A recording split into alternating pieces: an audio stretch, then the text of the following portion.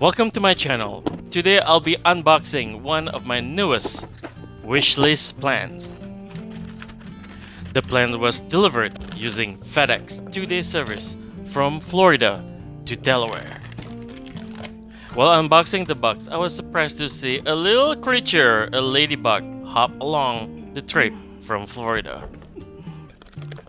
A lot of tape was used to secure the plants and the pot inside the box.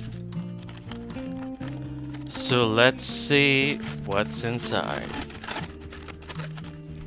I've been trying to bid on this plant on eBay for a long time.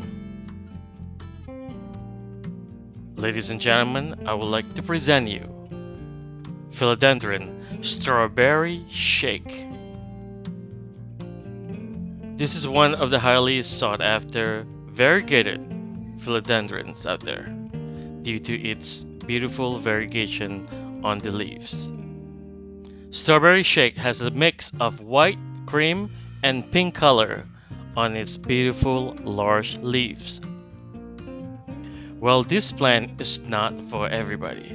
Some of the comments I found online saying that strawberry shakes look like flayed pieces of flesh. Well, it looks like the most beautiful flesh out there.